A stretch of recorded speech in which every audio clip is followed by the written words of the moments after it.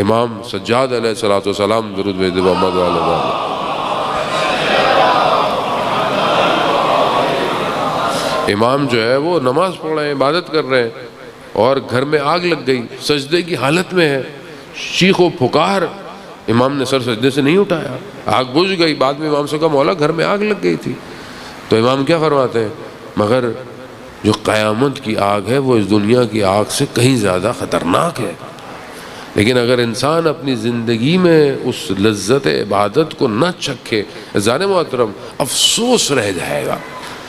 انسان کی زندگی گزر رہی ہے، خود میرے اپنے انسان بڑھاپے کی طرف ہے، انسان بہرحال میں خود جو ہے وہ انسان جو ہے وہ محاسن سفید ہو گئے، لیکن اگر انسان کی زندگی میں ایسی کوئی رات نہ آئی ہو جس میں وہ خدا کی بارگاہ میں مناجات کرتا ہو اور گریہ کرتا ہو، اس کی آنکھوں میں آنسو نہ آتے ہو، اس کی زندگی گزر گئی مگر اس نے 5 منٹ سجدہ نہ کیا ہو، تو انسان نے آج 70-80 سال زندگی میں کیا کیا کہ جب اپنے خالق جس کے پاس جانا ہے اس کے لیے سجدے کا اس کے پاس ٹائم نہیں ہے۔ جانے وہ یہ ایک حصہ ہے۔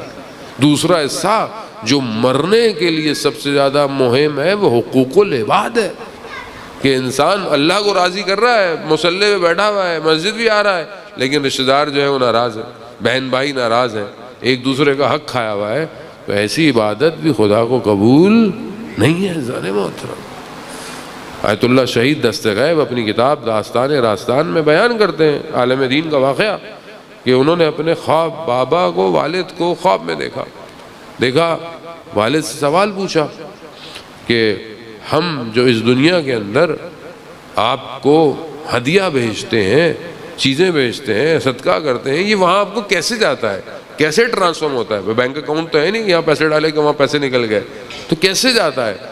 کہا کہ بہرحال مثال دے سکتا ہوں، کیونکہ بہرحال وہ عالم کوئی اور ہے، نہ اس میں زمان ہے نہ اس میں مکان ہے، ایک ڈائلیوشنز ہے، ایک الگ ہے، یہ الگ ہے۔ تو کہا لیکن جو آپ ہدیہ دیتے ہیں وہ بالکل ایسے ہی جیسے ایک گرم کمرہ ہو، اس شدید گرم کمرے کے اندر کوئی ایک کھڑکی کھل جائے اور ایک تازہ ہوا کا جھونکا آئے، تو جو آپ جو بھی ہدیہ بیچتے ہیں وہ اس عالم میں محروم کو ویسے ہی ملتا ہے۔ تو ایک صلوات بیچ کر تمام محرومین کو بخش دیں۔ اللہم صلی علی محمد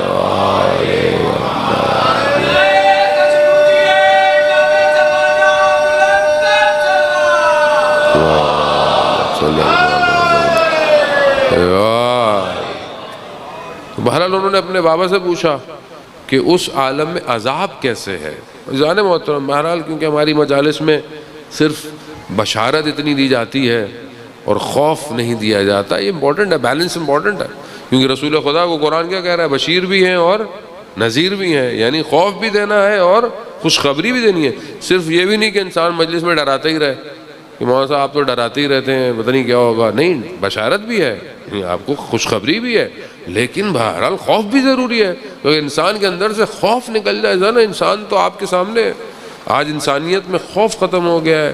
اسرائیل کس طرح بچوں کو 5000 سے زیادہ بچے 40 دنوں کے اندر انہوں نے مار دیے ہیں، اور آپ دیکھیں کئی حکمرانوں کے اندر ان کو خوف ہی نہیں ہے کہ مرنا بھی ہے کہ نہیں ہے۔ لیکن اگر انسان کو خوف ہوتا ہے تو انسان سب سے پہلے جو ہے وہ اپنی زندگی کے اٹھنے والے قدموں کو صحیح کر دے۔ تو ان سے پوچھا کہ اس عالم میں عذاب کیسا ہے، تو ان کہا کہ بہرحال میں مثال دے سکتا ہوں کیونکہ اس عالم الگ ہے۔ کہا جیسے چاروں طرف پہاڑ ہوں اور تمہارے پیچھے بھیڑیے بھاگنا شروع ہو جائے، بھیڑیے بھی خطرناک والے، تو تم کہاں بھاگ سکتے ہو؟ کہا نہیں، کہا عذاب ویسا ہے۔ ذہن محترم، اس لیے قبر آسان نہیں ہے، لیکن آپ یہ دیکھیں کہ وہ ماں کہ جو 9 مہینے بچے کو اپنے پیٹ میں رکھتی ہے، چاہے ماں سے جتنی بھی لوگ محبت کرتے ہوں، ایک رات بھی وہ اولاد ماں کی قبر پہ نہیں بیٹھتی،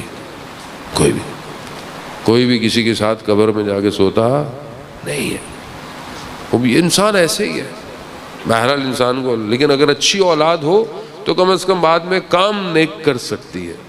تو وہ کیونکہ عالم دین تھے تو انہوں نے اپنے بابا سے پوچھا کہ آپ کے ہونٹوں پہ زخموں کے نشان ہیں، یہ کیا ہے؟ تو کہا کہ کیونکہ میں عمر میں بڑا تھا آپ کی ماں سے، تو میں انہیں کچھ سخت جملوں سے پھکارتا تھا۔ بہرحال انسان زندگی میں عادی ہوتا ہے، انسان زبان کے تیر جو ہے وہ سخت ہوتے ہیں اور انسان کو اندازہ نہیں ہوتا اپنی زندگی میں کسی کو غلط لفظ سے بولتا ہے. تو کہا ان کا دل دکھتا تھا لیکن کیونکہ میں عمر میں بڑا تھا تو وہ کچھ کہتی نہیں تھی. تو کہا یہ وہ لفظ ہے جو اس عالم میں میرے ہونٹوں پہ زخموں کی طرح ہے اور قیامت تک جو ہے وہ یہ زخم رہیں گے. تو ہاں میں کچھ کر سکتا ہوں؟ کہا ہاں اپنی والدہ سے کہیں کہ وہ مجھے معاف کر دے، حلال کر دے. زین محترم، بہرحال انسان زندگی میں یہی مشکلات ہیں. بعض اوقات انسان اپنی زندگی ایسے گزارتا ہے جیسے کہ مسئلہ یہی زندگی ہے. رشتہ داروں کے ساتھ، بہن بھائیوں کے ساتھ اختلاف، ایک دوسرے کو جملے کہہ دینا، ذرا سی بات پہ آپ دیکھیں ناراضگی ہو جاتی ہے فیملی کے اندر. اس نے یہ کہہ دیا، اس نے وہ کہہ دیا. یہ ساری چیزیں بہت چھوٹی ہیں. جب انسان کو پتہ ہو کہ اس نے قبر میں جانا ہے وہ ان چھوٹی چیزوں پہ دھیان نہیں دیتا، وہ بڑی نگاہ رکھتا ہے. لیکن افسوس کیونکہ ہم بہرحال انسان ہیں، مادے سے ہمارا رشتہ اتنا اٹیچ ہوا ہے کہ ہم چھوٹی چھوٹی باتوں میں، کبھی زمین کے ٹکڑوں پہ، کبھی تھوڑے سے پیسوں پر، کبھی کسی بات پر اتنے ناراض ہو جاتے ہیں کہ ہم اپنی قبر کو خراب کر دیتے ہیں. اور یہی وہ قبر ہے کہ جو بعد میں انسان کی زندگی کے لیے مشکلات کا سامنا کر دیتی ہے.